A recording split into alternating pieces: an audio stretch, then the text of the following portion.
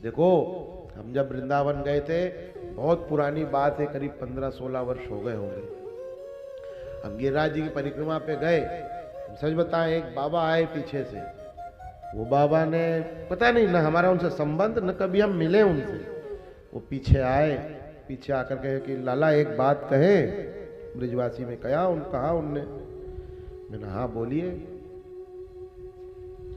बोले देखो एकांत में होता है भजन।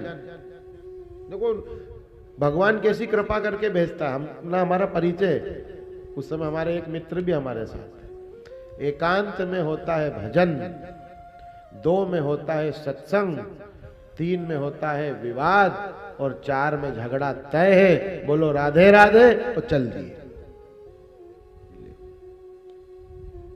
कितनी बड़ी बात कह गए, जबकि याद है हमको अभी भी ये 4 शब्द। साधना एकांत, एकांत वासा झगड़ा न झांसा। सत्संग में भी 2 लगेंगे, तो सत्संग सुन लो, उसके बाद में फिर अपना कमरा है, अपना पूजा घर है, जो भी है उसको बंद करके शांति से बैठे और भगवान का भजन करे, स्मरण करे, बात करे। कुल मिलाकर गोपियां केवल दिन भर माला थोड़ी लेके बैठी रहती थी कि दिन भर बस कृष्ण कृष्ण माला लेके ऐसे करती थी क्या गोपियां? नहीं, वो तो गोबर भी उठाती थी तो कृष्ण उनके दिमाग में, दिल में रहता था। गैया पे का जब धो रही है तो कन्हैया दिमाग में है, जमुना जी से जल्ला रही है तो कन्हैया उनके मन में है। सतत स्मरण बना रहता है। भजन का मतलब ये नहीं कि जितनी देर माला उठाई उतनी ही देर भगवान की याद रहे, उसके बाद में सारे धंधे शुरू कर दो, नहीं, सतत स्मरण बना रहे। उद्धव जब आए थे समझाने, देखो आज विषय कहां भागवत पे चले गए। जब उद्धव आए थे तो उद्धव ने समझाया, जब भगवान गए ब्रजांगना रोई, उद्धव को अहंकार हो गया। क्या हो गया अहंकार? कि देखो मैं भगवान के सबसे करीब हूं, भगवान इतने ब्रजवासी इतने प्यारे थे, वृंदावनवासी, उन तक को छोड़ के आ गए लेकिन मुझे नहीं छोड़ा, देखो अभी तक। तो भगवान बीमारी ठीक करने वाले डॉक्टर है, तुरंत इंजेक्शन लगाते। भगवान ने उद्धव जी को वैक्सीन लगाने के लिए भेजा, जाओ वृंदावन। वृंदावन जब आए वहां देखा क्या भगवान की याद में पूरा पूरा वृंदावन भाव विभोर था।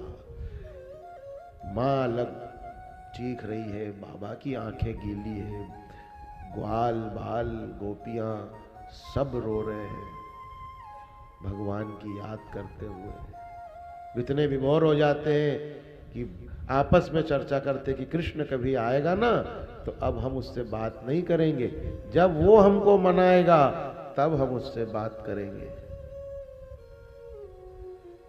तब हम उससे बात करेंगे। वो हमको मनाने, उनको क्या पता था कि भगवान तो अपनी लीला करने आगे जाएंगे। दूर से रथ दिखाई दिया आता हुआ, दूर से वही झंडा जो अक्रूर जी मथुरा का ध्वज लगाकर आए थे, दूर से ध्वज दिखा, धूल उड़ती दिखी। अरे श्री दामा, अरे मनसुखा, देखो हम कहते थे कन्हैया आएगा, वो हमको नहीं भूल सकता है, वो देखो आ गया, इसी रथ में गया था, उसी रथ में आ गया।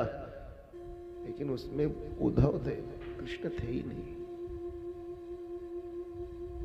बहुत कई विषय तो भागवत के ऐसे हम जिनको छू भी नहीं पाते हैं। बहुत मर्म है इसमें, बहुत गहरा भाव है इसमें, डूबना, डूब के सुनो। हम कहते थे देखो कन्हैया आ गया, गोपियों को अच्छा कृष्ण आ गए, भागी।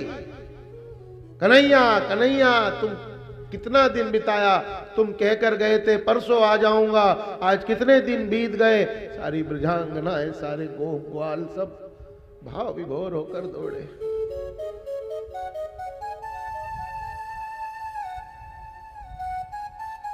जब जाकर के देखते हैं सब रथ को घेर कर खड़े हो गए, सब खड़े हो। कृष्ण बाहर निकलेगा, कृष्ण बाहर निकलेगा।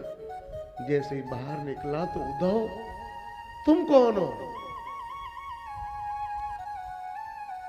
मैं कृष्ण का सेवक उद्धव। जब उद्धव ने भाव की दशा देखी है वृंदावन वासियों की कृष्ण के लिए, तो अपने सारे ज्ञान और ध्यान को भूल गए हैं। ये भाव में बल होता है। उद्धव ज्ञानी था तो सिखाने भेजा कि बिना भक्ति का ज्ञान शुष्क होता है।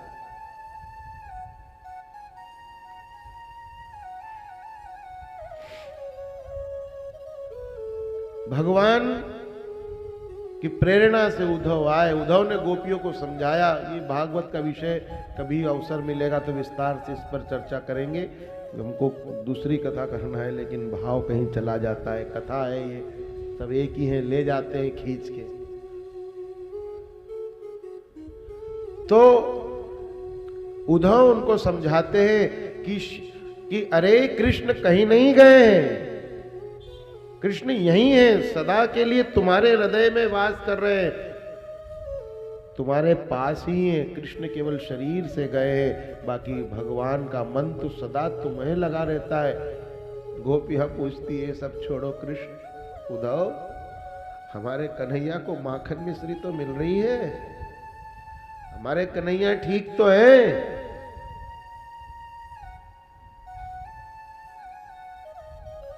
क्या भाव है उनका। फिर उद्धव समझाते, अरे सब बढ़िया, वहां राष्ट्रीय ठाट है, वहां तो जय जयकार होती है भगवान की, आप चिंता नहीं करो, आप तो बस अपना सोचो कि देखो कृष्ण कहीं। उनने कहा ए चुप हो जा, बहुत देर हो गई, ये तेरे ज्ञान की सारी किताब जमुना जी में डाल के आ जा। श्याम तन श्याम मन श्याम है हमारो धन, उठो हमें आठो याम, श्याम हूँ सो काम है, श्याम